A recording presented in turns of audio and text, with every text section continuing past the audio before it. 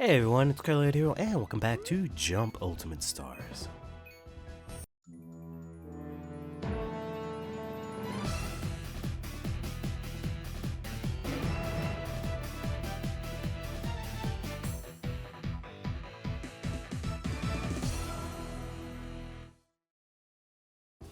And today we're going to be taking on the world of Muhyo Roji. Or as I should more rather say, Muhyo and Roji's Bureau of Supernatural Investigation. The character I'm using there is Muhyo, as you can see by the fact that his name is there. I managed to get the first chapter and read that, and I think I pretty much got a general idea of how the series is going to go, because the way they did the first chapter is what a lot of series do, where they kind of extend it, the first issue, and they make it a lot longer, but it's also something that's not necessarily canonical, or I should say not necessarily important. They just kind of make up a sort of thing to introduce how the world works and how the characters work, but in terms of like the general main plot, it doesn't pertain to anything, which was pretty interesting. I mean, I guess I can go through the first chapter. It's just, well, maybe not entirely, but basically, this kid and the other kid that you saw in the sort of cover art, they run a sort of, I guess it's a club at school where they are supernatural investigators. The one who's getting shot and getting fucked up by me, I'm trained this time.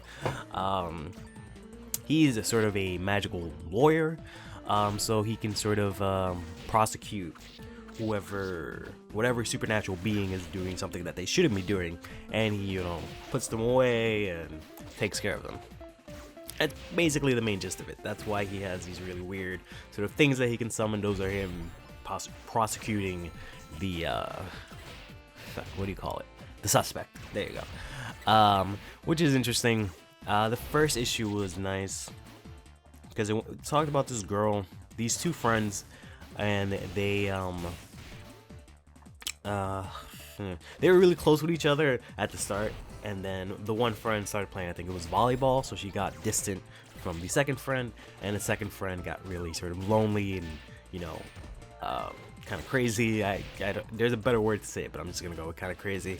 And she really wanted to be friends with this girl still, but the volleyball girl rejected her.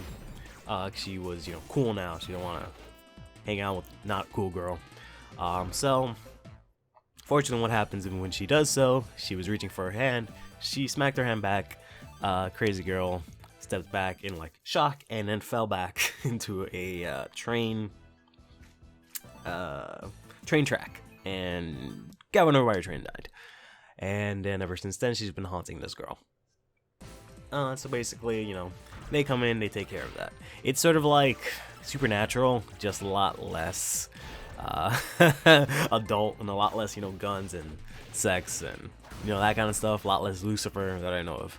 A lot less dumb bullshit that happens every season. A lot less Sam dying all the time or Sam getting controlled by some dumb shit. So a lot less of that.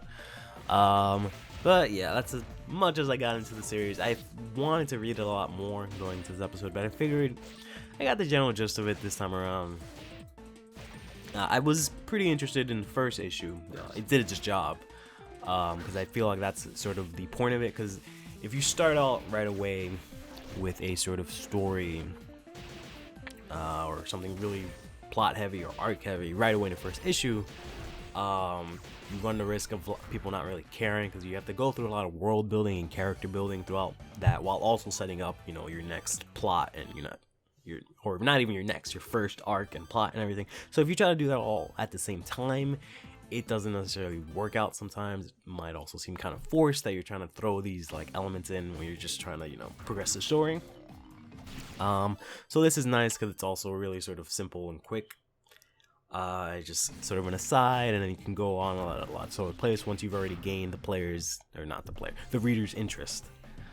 Anyways, so we're doing here a new sort of game type. I don't think we've done this before, where we have to basically just protect Muhyo, who's the character the main character from the series, and what we basically have to do is make sure he doesn't get hit. And what he does is that he helps us out. He summons Roji, who is the I guess the secondary main character. He comes out and he kind of like stops him from moving, basically. Stops Vegeta and Frieza here from moving with an assist ability that he has. But we gotta do our best to just keep him away from Roji, or no, from Muhyo. Muhyo. I'm not sure how to say his name. I'm not entirely sure how the pronunciation works, because I'm not sure how the H fits in with the Mu. I know how to say the Mu part, but then the HYO, I'm not sure how to say that. I think that's Hyo, Muhyo, but I don't know. It's coming out a bit weird, especially with my throat being a little bit rough since I just woke up. But either way, this is something we're gonna have to do a lot in this game. I feel it's one of the more, like, I don't have a problem with these kinds of missions. It's just there's gonna be a lot of them, and they're somewhat difficult and somewhat annoying at times, but not in a kind of way where it's like unfair or like broken. But I just be like, ugh, this again.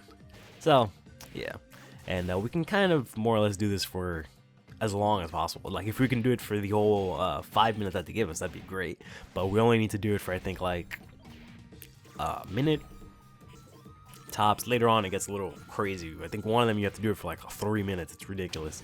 And then there are ones where also they give you custom decks. Those are kind of fun, because I find out a lot of like how that's how I found out how a lot of different characters work, just by doing that randomly, you know, when I figured out, oh hey, this works with this, he has this move, oh, like, that's interesting, I would have never used this character because I've never seen the series. So I guess in similarly relating it back to the first issue of this manga, where they kind of introduce everything, this game throws out little missions like that to introduce different characters and, you know, abilities and like that, which is nice, because a lot of people have sort of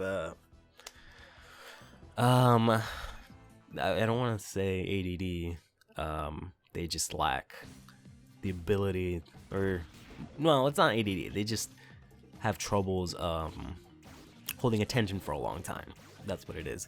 If things aren't necessarily engaging from the get-go, you know, in the world that we live in, where you can kind of get everything at, you know, the snap of a finger, it's kind of difficult for things to be sort of slow at this point.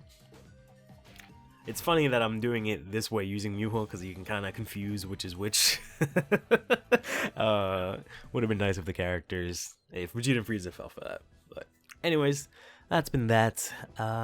Next time, I think we're going to take on another world that I've actually, from a series that I've never read either. So that'll be fun. Stay fresh.